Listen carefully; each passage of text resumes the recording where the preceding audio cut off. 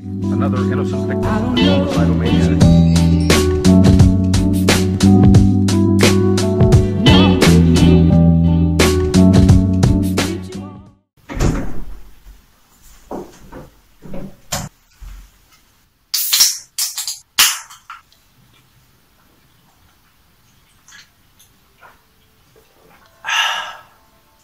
Bonjour à tous et bienvenue pour cet épisode numéro 41 du journal de bord. Aujourd'hui, lundi, reprise, voilà, après le petit week-end. J'ai commencé du coup par 2 heures de physique, où en fait on a fait la chimie, c'est parce que je vous l'avais déjà dit, mais vous savez, en psy, en deuxième année, on n'a que 5 chapitres de chimie. On avait déjà fait les 4 premiers, je sais même pas s'ils ont duré un mois. Donc là, du coup, on n'en a plus qu'un à faire, on l'a commencé, il y a moyen, alors peut-être que vendredi soir, on n'ait plus du tout de cours de chimie à faire de toute l'année, donc que des exos, plus de cours en fait, on aura fait tout le programme de chimie, donc ça c'est plutôt style. Pour moi qui est un fervent défenseur des sciences d'ingénieur par rapport à la chimie, je suis plutôt rassuré, voilà. Donc il y a eu ça, ensuite on a eu 2 heures de TD de physique, donc corrigé d'exercices, sur la méca des fluides. Bon, honnêtement ça va, je les avais pas tous faits, c'est sûr, c'est certain même. Mais j'ai compris carrément la correction et j'ai l'impression, j'ai compris surtout quelque chose, j'ai l'impression qu'en ce moment la méca des fluides, donc le 4e chapitre, donc en gros tout ce qui est relation de Bernoulli, j'ai l'impression que, parce que oui il y a Bernoulli, mais il y a à la fois dans les maths et dans la physique, je sais pas trop si c'est le même, mais c'est possible qu'il y ait 2 Bernoulli, pour trouver des noms comme ça, il fallait y aller, hein. Donc il y en a 2 qui ont fait des trucs géniaux. Du coup en maths c'est tout ce qui est probabilité, voilà, les expériences de Bernoulli, c'est victoire ou défaite, je sais pas, des trucs comme ça. Et donc là, la loi de Bernoulli qui nous dit que voilà, je crois que c'est un truc avec de la pression, de la masse volumique, en gros c'est le premier principe avec des trucs en plus. C'est en gros le premier principe de la méca des fluides en système ouvert qu'on utilise en méca des fluides. Et j'ai l'impression qu'il y a ça, peut-être 2-3 formules, des démos à savoir en col ou en DS, mais après c'est tout sur ces chapitres. Genre j'ai vraiment l'impression que si tu sais ça, le reste c'est genre juste t'as ton exo, tu poses, et là bah voilà, bah ça c'est ça, voilà, tu poses tes trucs, machin. Alors là on retrouve le système comme ça, le fluide à chaque fois c'est toujours la même chose, c'est parfait ou incompressible ou visqueux ou des trucs comme ça, c'est presque toujours la même chose, et une fois que t'as bien identifié ton truc, le reste j'ai l'impression que c'est que des maths, mais genre pas des maths genre espace vectoriel, non, des maths entre guillemets numériques, c'est-à-dire genre des sinus, des cosinus, des résolutions d'équations, des trucs entre guillemets bidons, des équations différentielles, tout ça. Donc des trucs vraiment faisables et plus compréhensibles. Donc j'ai l'impression qu'il y a moyen de gratter pas mal de points comme ça si tu sais le cours qu'il ne faut pas manquer, parce que si tu le sais pas, t'as beau être l'ingénieur en maths, en physique ça va pas te sortir. Mais si tu as un niveau correct en maths et que tu connais le cours qu'il faut en physique et que évidemment tu connais le type d'exo qui peut tomber, c'est à peu près tous les mêmes, en gros, voilà, une fusée, tu passes d'une fusée à un tuyau, c'est 2-3 trucs, la même chose, hein. Et non, vraiment. Et du coup, il y a moyen vraiment de choper pas mal de points là-dessus. Donc c'est plutôt stylé. Ensuite, l'après-midi, 2 heures de SI sur la pompe hydraulique, et je l'avais déjà fait une fois, c'était il y a pas mal de temps quand même, où je t'avais expliqué...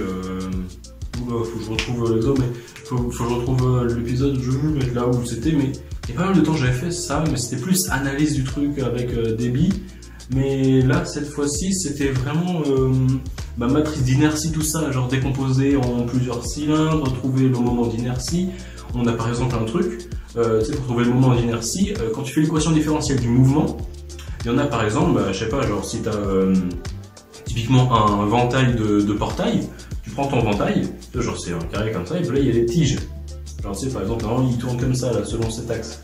Ici, supposons que c'est mes coudes là, ils s'ouvrent comme ça, c'est très mal fait, hein, mais supposons. Et bah cet axe là, tu le poses comme ça et tu fais balancer.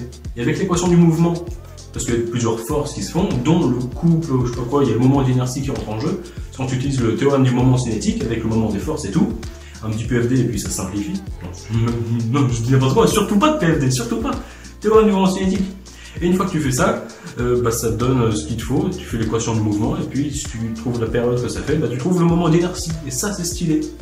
Et donc là, notre truc c'était presque pareil. Donc le rotor, en gros, imagine un gros cylindre en fer, je vous passe les détails, des bobines dans tous les sens.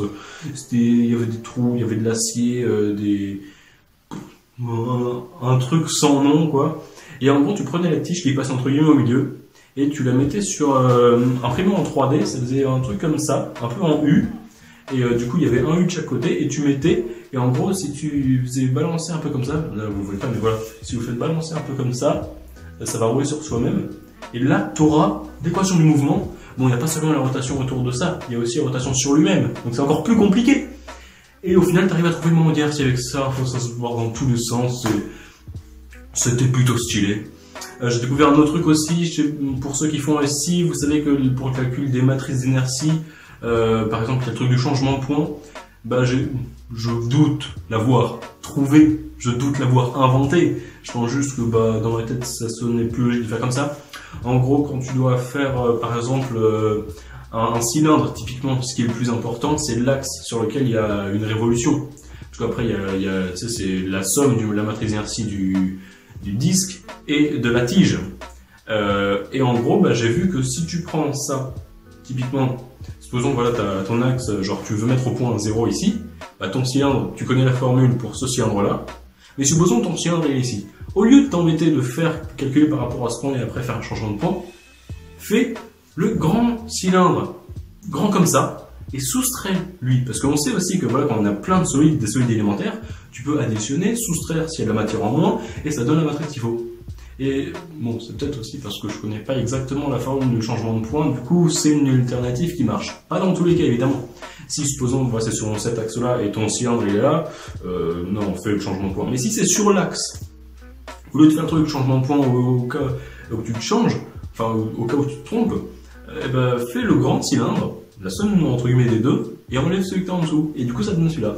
Du coup je le disais pas mal de fois, tu sais, dans le rotor il y avait 3 cylindres, parce qu'il nous a clairement dit, en fait plus simple ça va aller.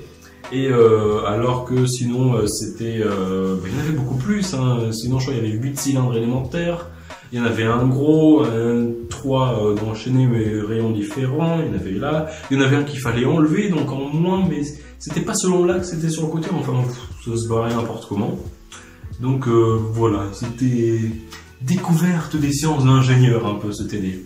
Et du coup à 15 h je me suis dit voilà, depuis le début de la rentrée, je fais en sorte de rester tous les soirs jusqu'à 19 h. Aujourd'hui, je veux voilà, pouvoir rentrer, faire une voir à la maison tranquillement. Bon, si c'est parce qu'il pleut, c'est clairement déprimant. Voilà, il fait gris là, c'est nul. Bon, après voilà, pour tourner les vidéos, du coup, il y a plus d'éclairage, c'est plus stylé, plutôt que voilà, les lumières partout. Je vous cache pas que ça, la lumière toute jaune là, c'est terrible. Mais voilà, un peu de lumière naturelle, voilà, ça fait pas de mal. Évidemment, ça suffit pas, hein. Si j'enlève la lumière en face, vous voyez bien, c'est infâme, hein. Mais voilà, c'est plutôt stylé, même s'il pleut. Voilà, je préfère rentrer à la maison comme ça. Voilà, je peux travailler plus sereinement, voilà, plus tranquillement, sans être trop discret, parce que si je suis un peu fatigué, voilà, pour ceux qui suivent un peu tout ce qui est domaine jeux vidéo, tout ça, vous n'êtes pas sans savoir qu'il y a eu le Z-Event fait par Zerator.